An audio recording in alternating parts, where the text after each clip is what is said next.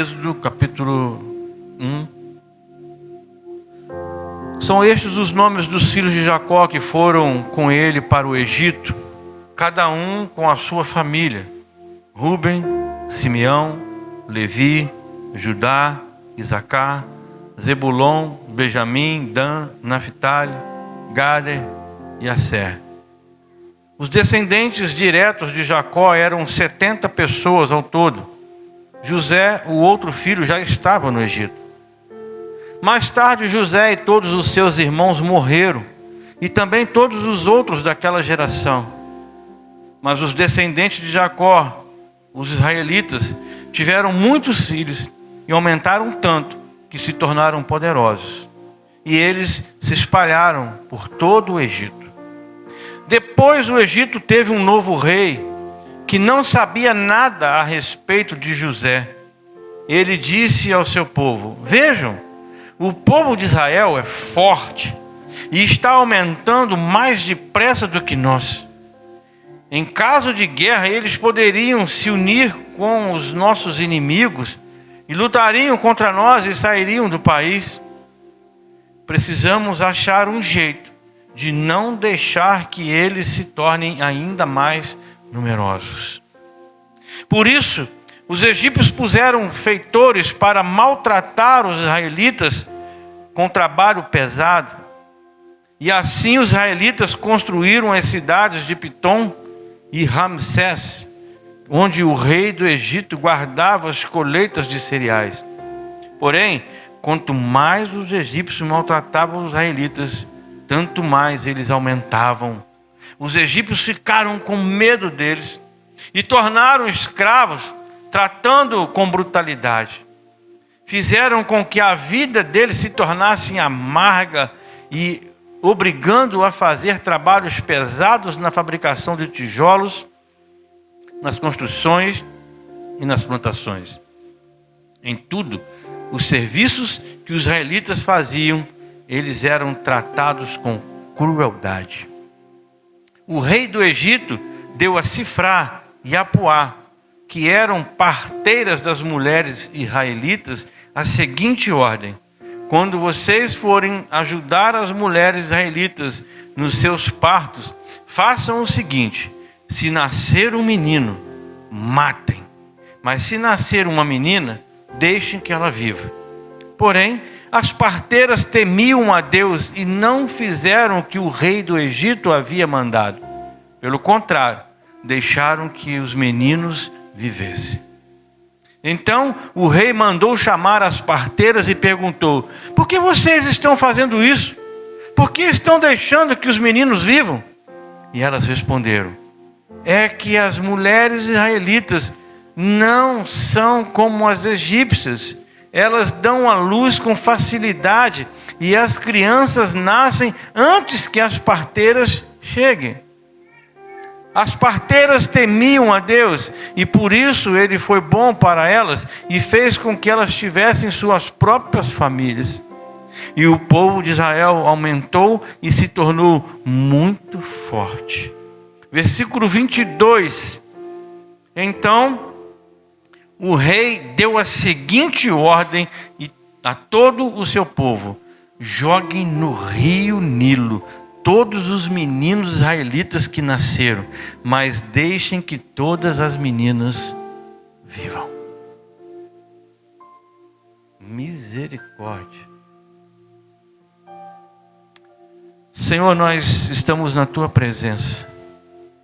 Acabamos de ler um texto impactante, cruel, mas que com certeza, se está registrado nas Sagradas Escrituras, é para a nossa edificação, é para o nosso ensino, para o nosso aprendizado. Então, Deus, nós pedimos, fala conosco. Precisamos ouvir a tua voz, precisamos aprender o que o Senhor tem para nós através desse texto nessa noite, porque sabemos, ó Deus, que esta palavra, ela não vai voltar para o Senhor vazia, ela tem um propósito. E nós queremos fazer a nossa parte, fazendo com que se cumpra o objetivo do envio dessa palavra nessa noite. Leva cativa a obediência do Senhor, a nossa mente, o nosso coração, o nosso entendimento, para que possamos sair daqui hoje edificados e com certeza daquilo que o Senhor tem para nós, através dessa palavra nessa noite. Nós oramos no nome de Jesus. Amém. E graças a Deus. O tema da mensagem dessa noite é obediência radical. Obediência radical. Como eu falei aqui, há muitas lições nesse capítulo para nós, seres humanos. Há muito aprendizado para nós, há muito aprendizado para aquele que deseja crescer no conhecimento, buscando no Senhor a verdadeira fonte da sua vitalidade e do seu crescimento espiritual. Nós observamos aqui na leitura desse capítulo que está surgindo uma nova geração, uma geração que está sendo guardada por Deus, protegida pelo Senhor, porque foi uma promessa que Deus fez a Abraão. E aqui nós estamos vendo isso acontecer. A promessa que Deus fez a Abraão é que a sua descendência se multiplicaria na terra. Amém? Lembra disso?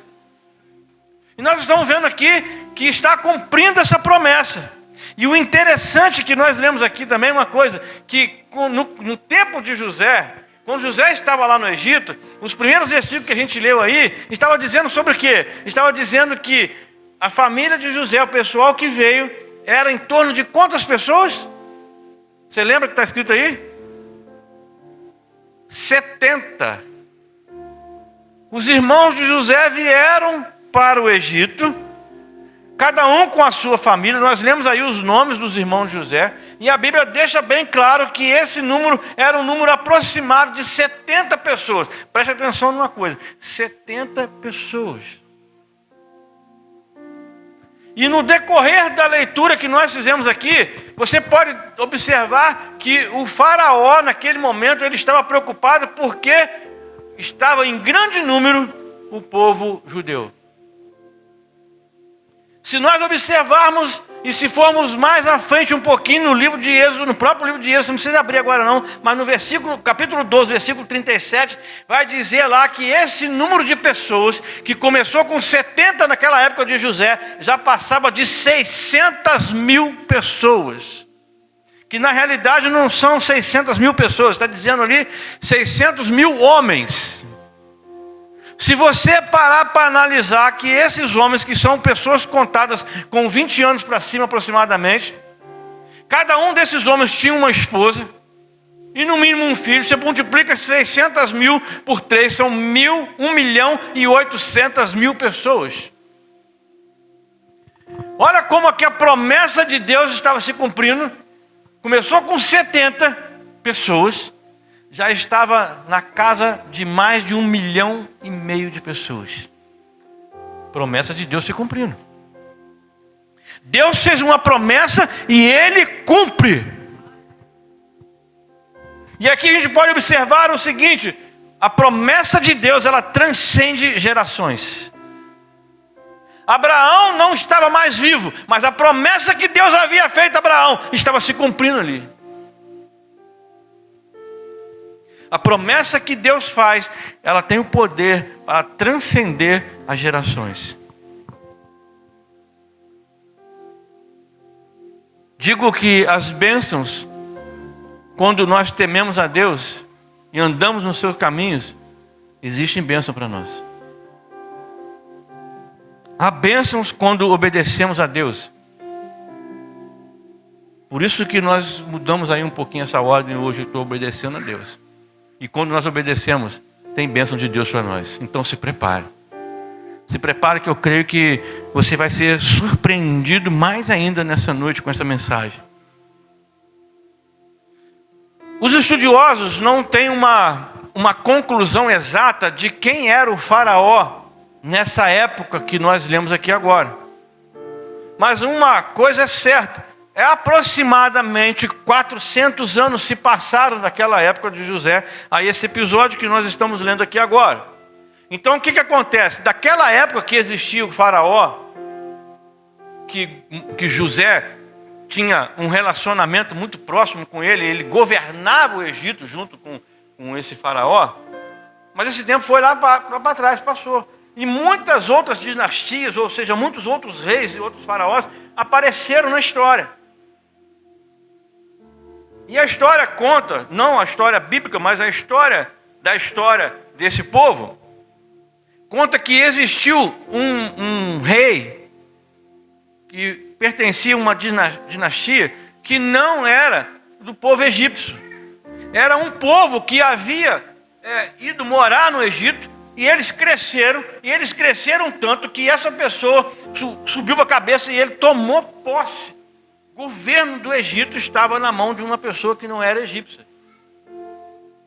E esse governador, esse faraó, esse rei, ou que a gente pode dar a ele como título de status nessa função, ele estava com medo de que isso acontecesse novamente, porque esse estava agora na gestão ali, ele era egípcio. Mas ele sabia que aconteceu no passado, o governo do Egito está na mão de uma pessoa que não pertencia ao povo de fato, né, 100% egípcio. Aí ele falou assim, opa, esse povo está crescendo demais. Esse povo está indo além do que nós podemos dominar. Está crescendo mais do que a gente. Então vamos dar um jeito de parar com eles. Mas presta bem atenção numa coisa que eu vou dizer para vocês. Isso tem muito a ver com a nossa vida no mundo hoje. Mesmo diante da opressão, o povo cresceu. Porque existem pessoas que mesmo que você tenha o potencial para crescer, elas querem te matar. Existem pessoas que veem em nós o potencial para crescer, para potencializar aquilo que Deus tem para fazer na nossa vida, através da nossa vida, mas eles querem matar. Eles querem paralisar aquilo que Deus quer fazer na nossa vida. E como eu falei, não tenho muita certeza de quem era essa pessoa,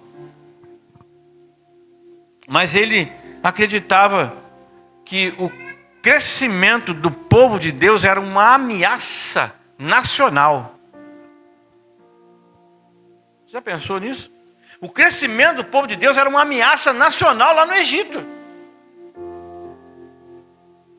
E a gente observa que existem muitos lugares que também tem esse medo do povo de Deus crescer tanto, se tornar uma ameaça nacional.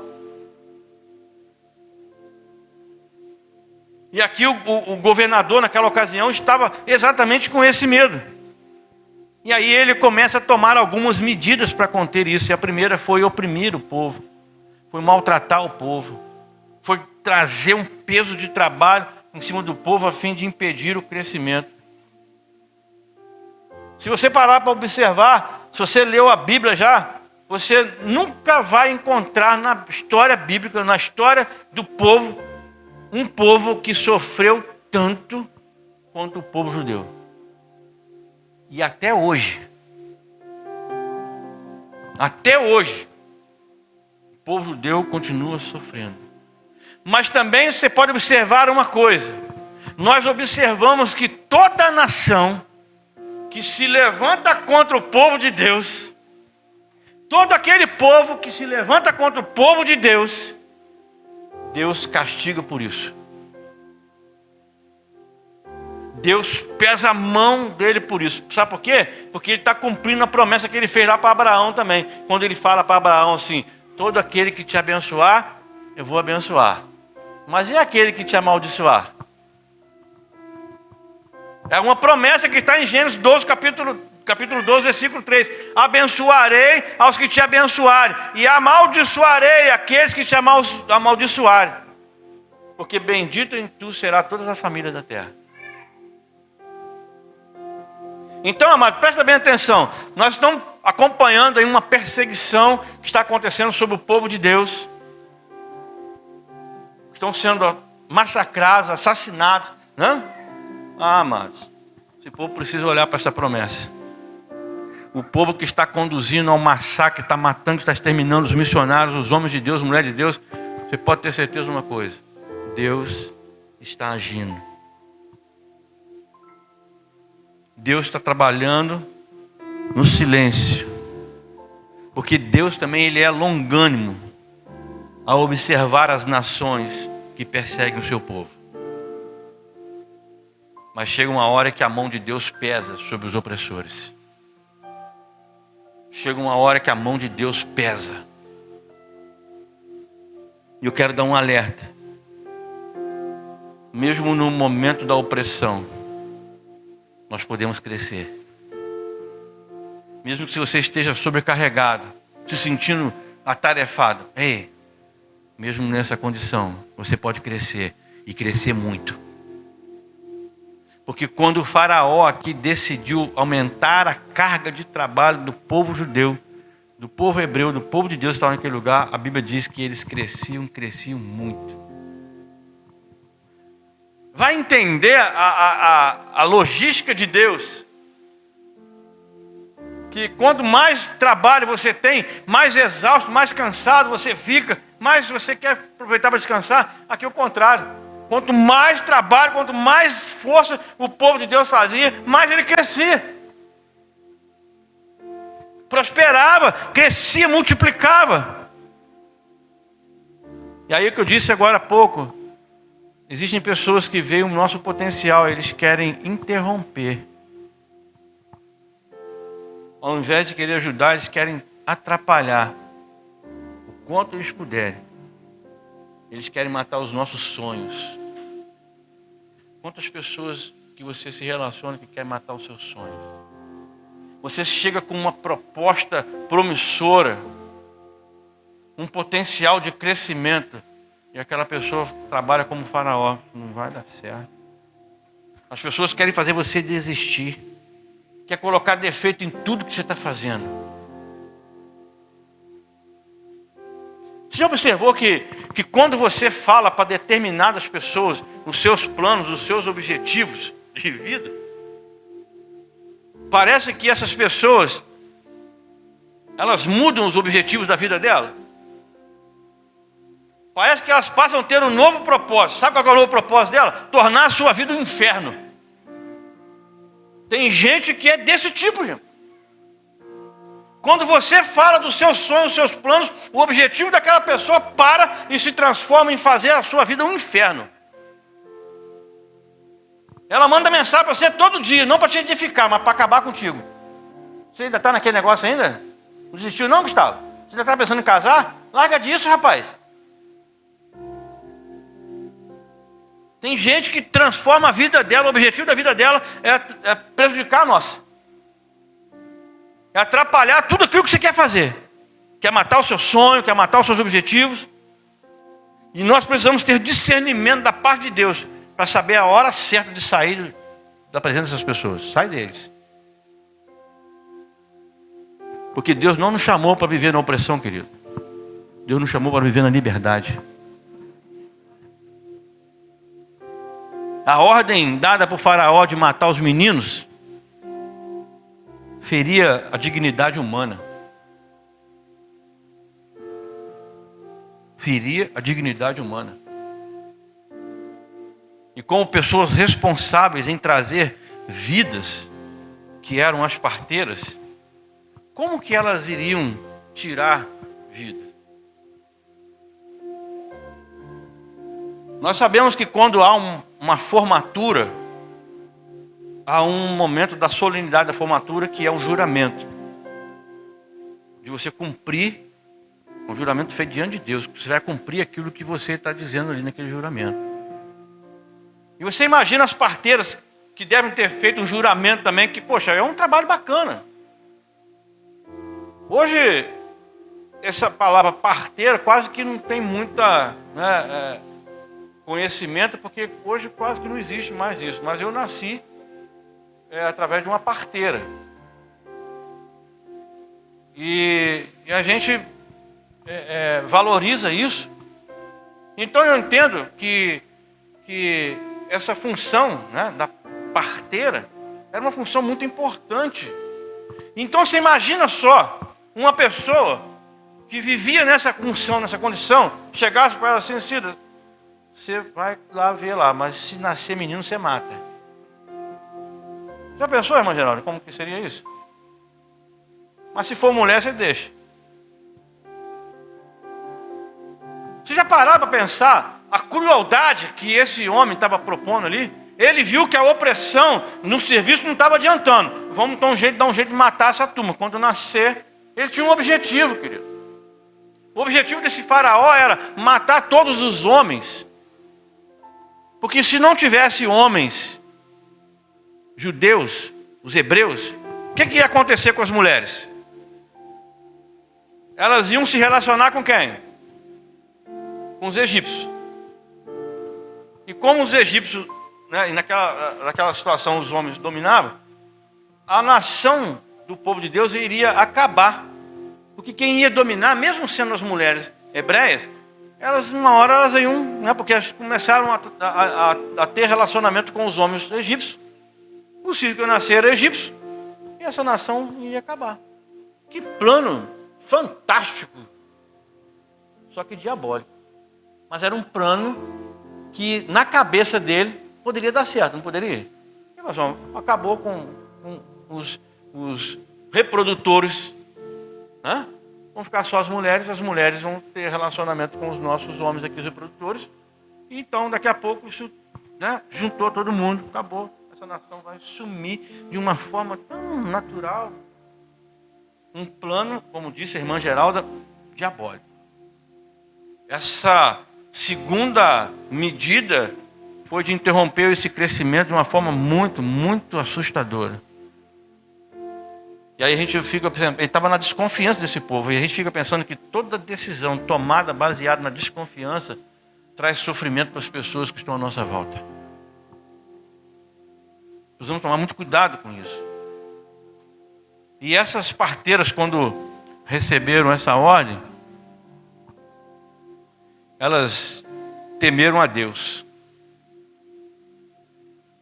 Eu creio que essas mulheres, elas conheceram o Deus de Israel através da relação que eles tinham ali. Como o povo era muito grande e essas mulheres parteiras estavam cuidando também das mulheres hebreias, e sempre tem o remanescente fiel, e mesmo no meio da luta, da opressão, ainda lembra do poder de Deus, ainda fala do amor de Deus, ainda testemunha do amor de Deus.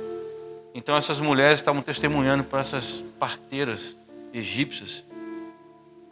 E aqui, nesse episódio, está registrado o primeiro caso de desobediência civil da história. Um rei, uma autoridade, dá uma ordem e um civil não cumpre. É claro que isso não foi só o primeiro episódio de desobediência civil da história. Você deve lembrar da história de Sadraque, Mesaque e Abednego. Também é um caso de desobediência civil. Daniel é outro caso de desobediência civil. Os apóstolos, também há casos registrados de desobediência civil. Tanto é que ele fala assim, importa agradar e obedecer a Deus do que obedecer aos homens. Então são vários episódios de desobediência civil que nós encontramos na história.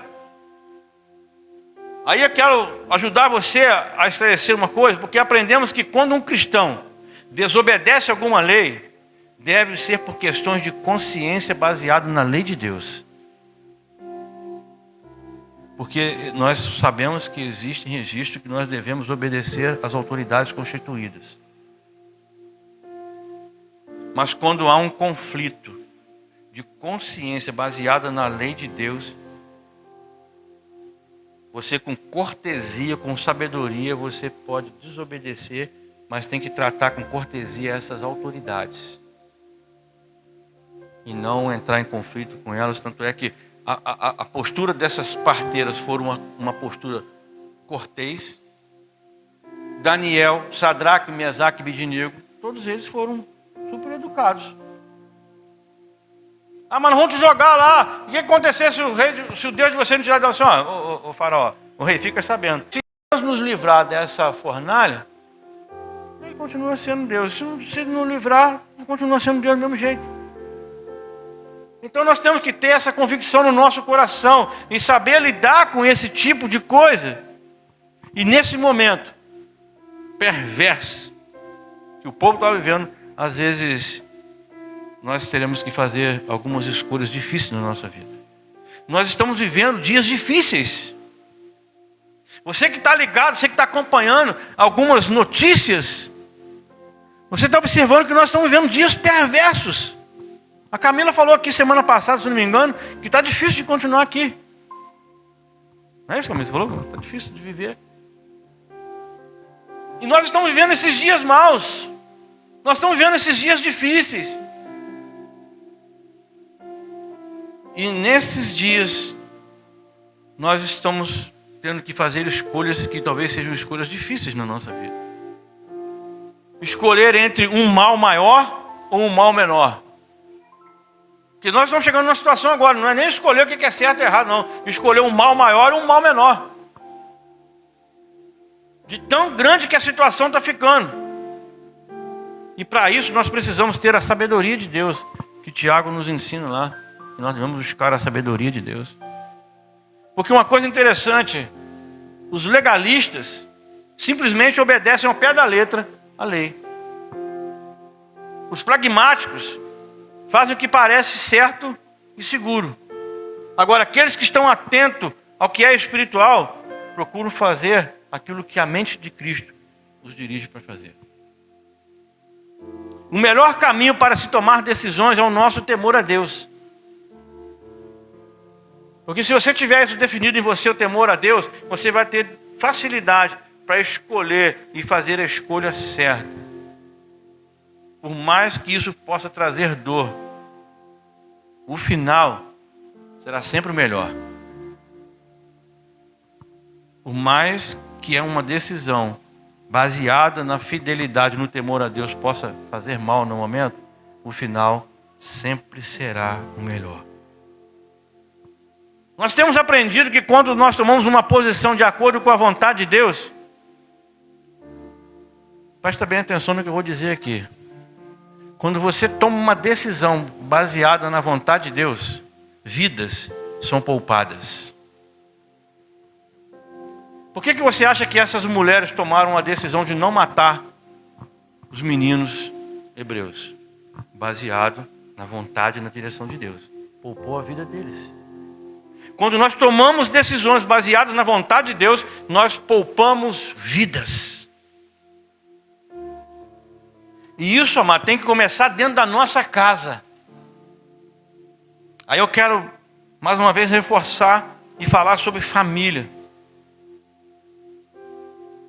O nosso lar se torna diferente quando nós tomamos uma postura de colocar o centro da vontade de Deus dentro da nossa casa. A nossa casa se torna diferente. Porque uma vida de desordem começa com a falta de estrutura familiar. Você pode observar que a maioria das dificuldades que nós encontramos hoje na vida das pessoas que estão vivendo uma desordem nas suas vidas, você pode observar que a maioria disso aconteceu dentro de casa. Porque tem gente levando o coração para todos os lugares e deixando o resto para levar para casa.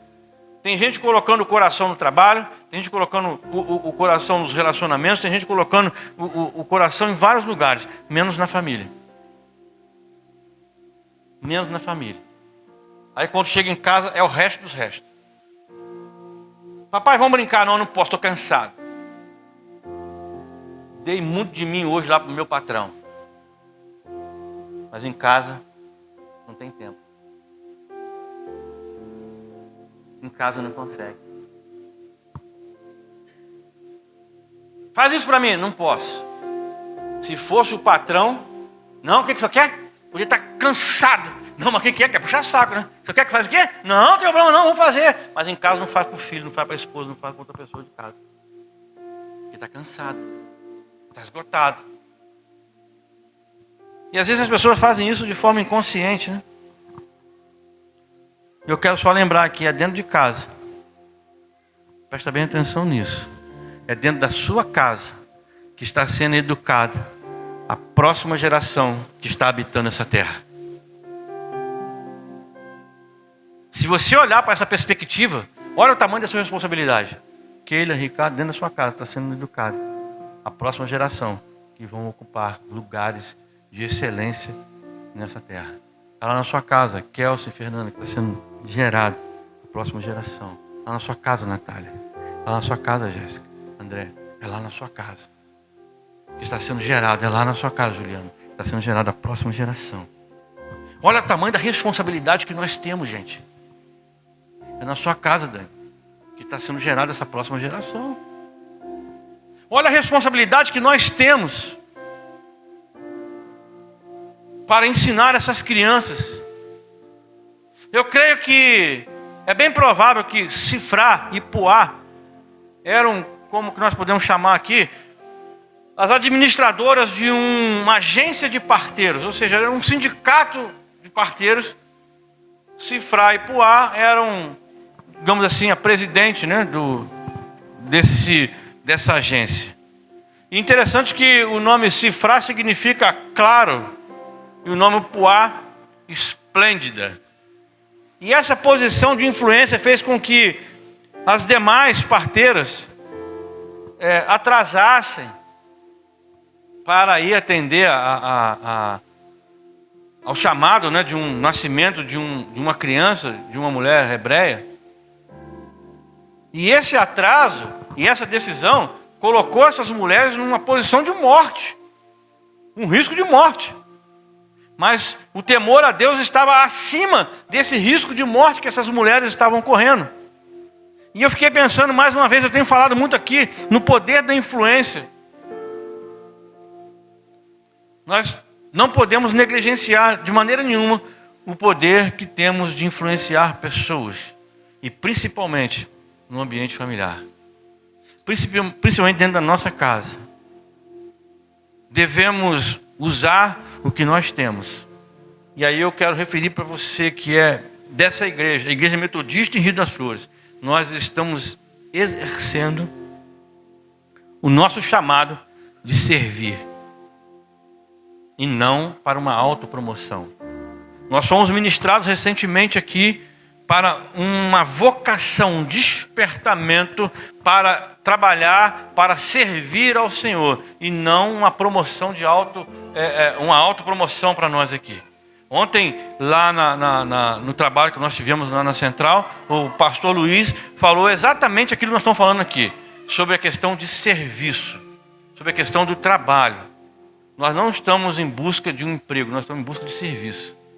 Lembra disso? Não falou isso lá ontem? Nós estamos em busca de serviço, querido, não de trabalho. Oportunidade de servir ao Senhor. E Deus está nos dando oportunidades para servi-lo aqui. E falando nisso, eu estou esperando mais pessoas chegarem a mim dizendo assim: pastor, eu quero servir nesta área. Eu quero chamar um cuidado para você. Porque tem muito cristão sendo desviados do propósito de Deus pelo financiamento que o diabo está propondo no poder pessoal. Tem muita gente que está com o propósito de Deus definido, quer servir, mas o diabo está financiando outros propósitos.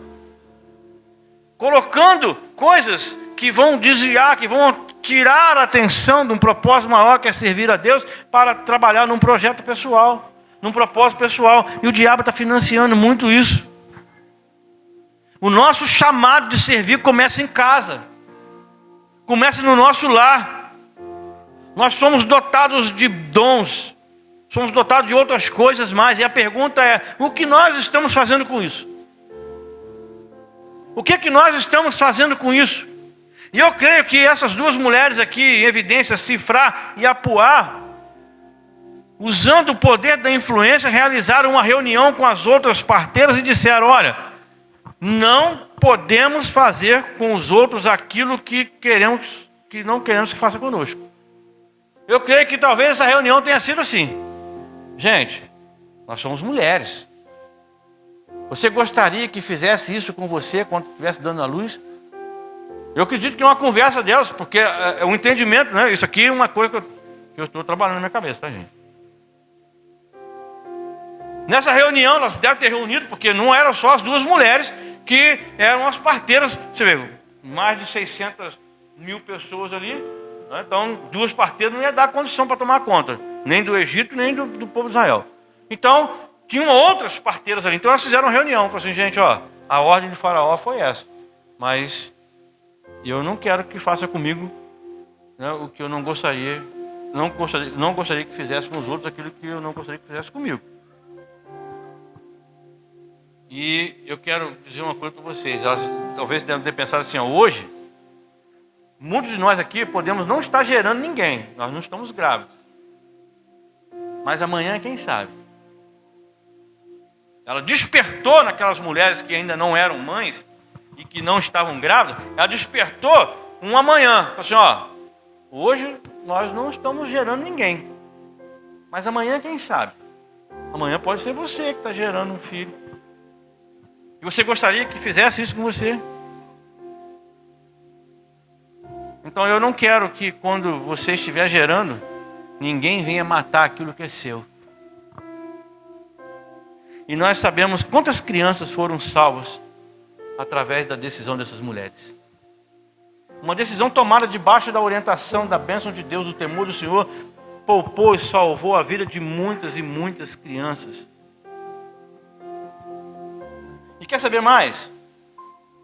Nós sabemos que a estratégia do diabo ainda é a mesma daquela época. O diabo, ele quer acabar com as crianças.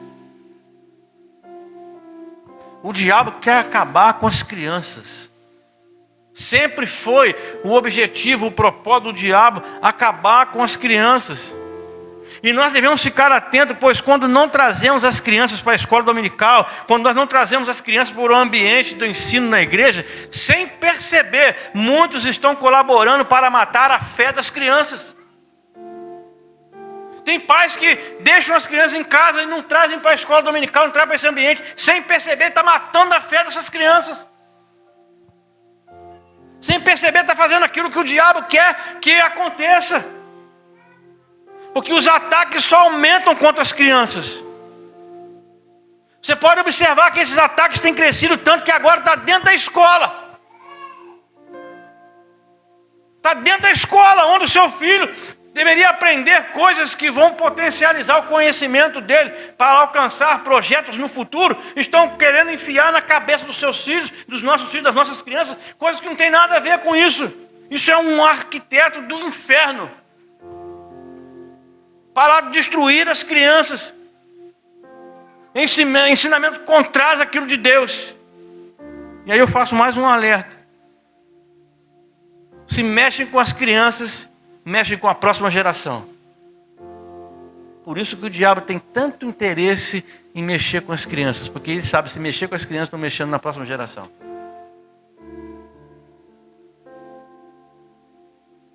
Uma geração que não quer saber de Cristo. Uma geração que não quer saber do cristianismo. Estão mexendo com as crianças. E a atitude dessas parteiras são exemplos para nós. Elas optaram em obedecer de forma radical a Deus. E olha que essas parteiras, elas não eram nem do povo de Deus, elas eram egípcias. Com mais entendimento do que muitos crentes hoje. Elas não tinham compromisso com o Deus de Israel, mas elas sabiam do poder do Deus de Israel. Vou temer esse Deus. E nós, que fazemos parte do povo de Deus, tem muitos cristãos que estão negligenciando isso. Não estão nem aí, Não tem nada a ver, não. Pode fazer. O que tem a criança ficar sabendo desse negócio de homem, mulher e tal? Se você não assumir essa responsabilidade, você está colaborando para que esse plano diabólico tenha resultado positivo dentro da sua casa. Muito cuidado com isso. Nós devemos honrar a confiança que é depositada em nós. Essas parteiras honraram a confiança que foram depositadas nelas.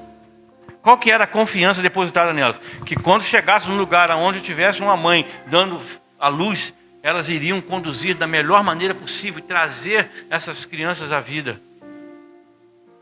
Nós temos que honrar o nosso compromisso.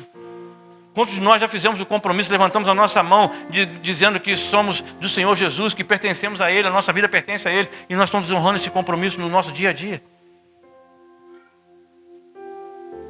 É a mesma responsabilidade, querido. É a mesma responsabilidade. E essas mulheres nos ensinam a ter esse compromisso de honrar a nossa decisão de sermos do Senhor. Elas não traíram a confiança das pessoas, e nós não podemos trair a confiança das pessoas que nós nos relacionamos, e principalmente a confiança em Deus. Devemos honrar essa confiança. Não ferir os princípios de Deus. Devemos estar atentos e com cuidado com as leis que estão vindo contrárias às leis de Deus, para não atrapalhar na formação de nossas crianças. Nós devemos tomar cuidado com isso.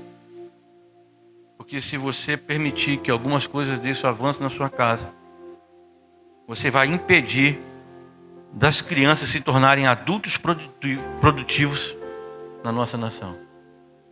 Quando você não se posiciona dentro da sua casa como aquele que governa aquilo que entra, aquilo que está sendo doutrinado na tua casa, você impede o crescimento dos seus filhos de se tornarem homens, adultos e pessoas produtivas na nossa nação. Crianças não podem ser criadas sem disciplina, querido. E nós temos observado aí que tem muitas crianças que estão mandando nos pais, até batendo na cara dos pais. Ainda acha bonito. Ainda tem papai filmando. Tem que ter vergonha na cara. As parteiras temeu ao Senhor.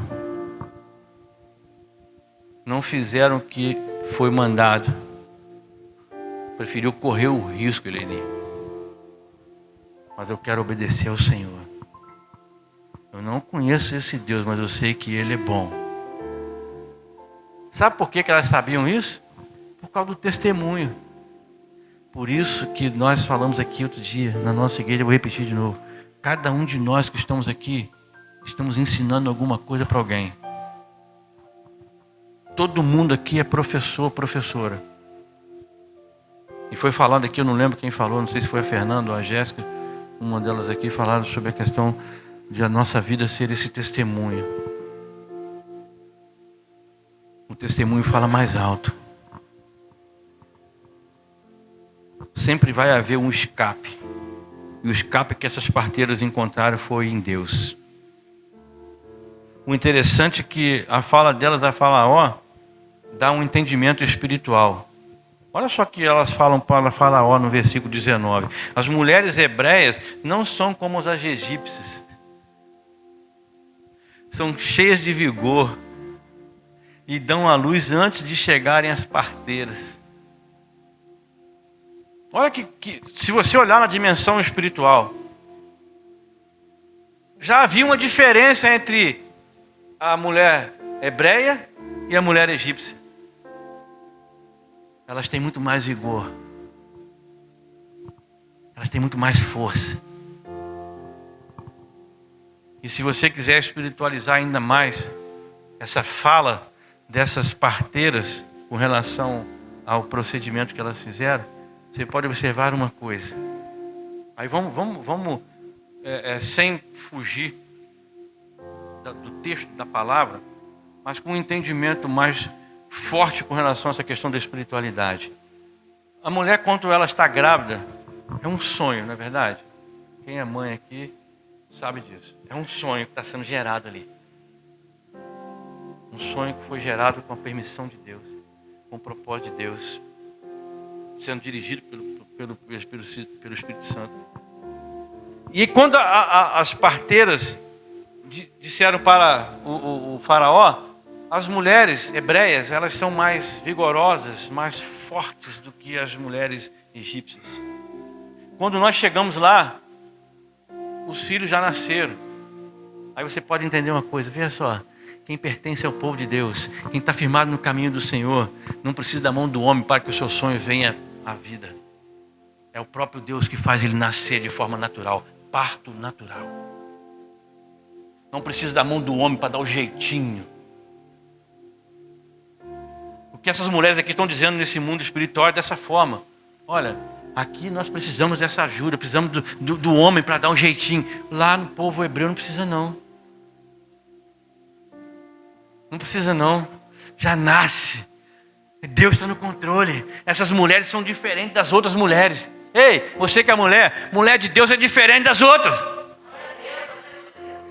Não precisa de ninguém para ajudar a fazer as coisas que Deus tem mandado fazer, não. É o Espírito Santo de Deus que faz gerar.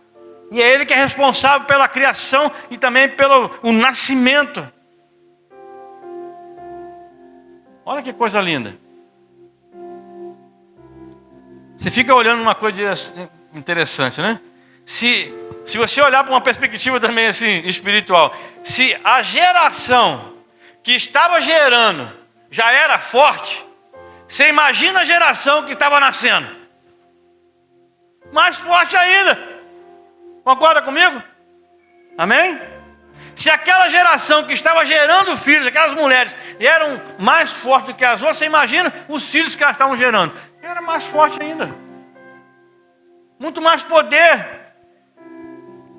A firme decisão de obedecer a Deus sempre nos rende frutos. Sempre que você tomar a decisão de obedecer a Deus, você pode ter certeza de uma coisa: vai ter contabilizado na sua conta frutos. Frutos. Se tiver que abrir mão de alguma coisa, abra. Se tiver que renunciar a alguma coisa, renuncie. Se tiver que renunciar à própria vida, renuncie. Mas não abra mão de obedecer ao Senhor. É impressionante o que elas fizeram. Temeram mais a Deus do que a Faraó. A obediência das parteiras fez com que o Senhor fosse bondoso com elas. O Senhor fez com que elas tivessem suas próprias famílias. Porque você imagina só que corre que devia ser a vida dessas mulheres. Está nascendo um ali, está nascendo outro lá. Então, aquela correria para lá e para cá. Essas mulheres não deveriam ter uma vida com família. A maioria dessas mulheres estavam sempre envolvidas em fazer com que as outras famílias ficassem felizes com o nascimento dos seus filhos. Mas elas mesmas, talvez a maioria delas não desfrutavam disso. E a palavra do Senhor diz que Deus fez com que elas tivessem suas próprias famílias.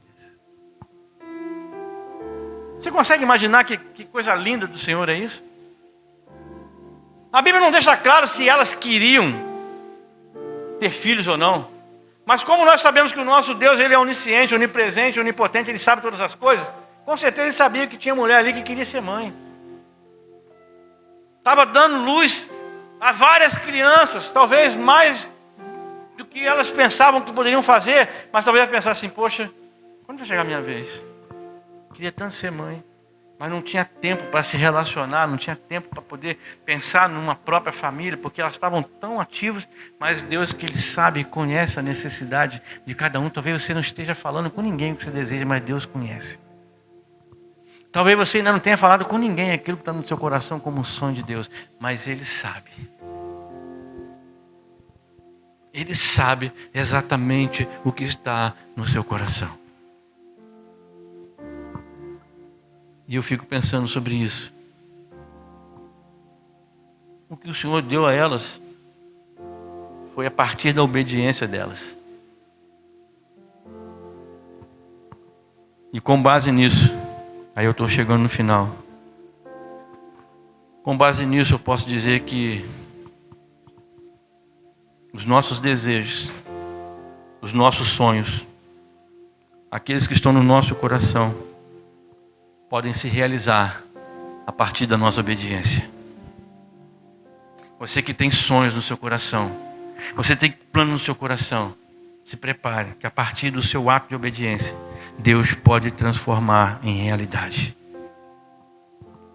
Abra mão de algo, renuncie. E isso é o que está faltando em muitos de nós. Abrir mão daquilo que está impedindo de você obedecer, aquilo que está impedindo você de romper. E quando você fizer isso, você vai desfrutar das bênçãos de Deus sobre a sua vida e sobre a sua casa. E para finalizar, eu quero liberar aqui do altar uma forte palavra para você. Eu quero liberar sobre a sua vida. Está surgindo uma nova geração guardada pelo Senhor. Eu creio nisso. Está surgindo uma nova geração guardada pelo Senhor. E conforme a promessa feita a Abraão, que a sua descendência se multiplicará sobre a terra, eu creio que hoje pode ser um divisor de águas entre nós e a próxima fase na nossa vida. Pode ser um divisor de água na minha vida e na sua vida. Por isso que a mensagem de hoje chama obediência radical. Se você obedecer de forma radical, em obedecer ao Senhor, a sua vida pode começar, a partir de hoje, um processo de prosperidade, de crescimento, de realização dos seus sonhos, dos seus planos, dos seus objetivos. Se prestarmos atenção, no decorrer da história, sempre havia algo acontecendo para um propósito do povo de Deus na terra. Sempre estava acontecendo algo. E nós estamos aprendendo a viver por algo maior. Nós estamos aprendendo a viver por um objetivo maior. Devemos nos entregar todos os dias a esse objetivo que é o Senhor. E não. A verdade é que nunca foi sobre nós. Sempre foi e sempre será sobre Ele. Muitos de nós estamos perdendo tempo pensando que tudo gira em torno de nós. Não. Nunca foi sobre nós. Sempre foi e sempre será sobre Deus. Deus quer que a gente se envolva com Ele, com uma obediência radical.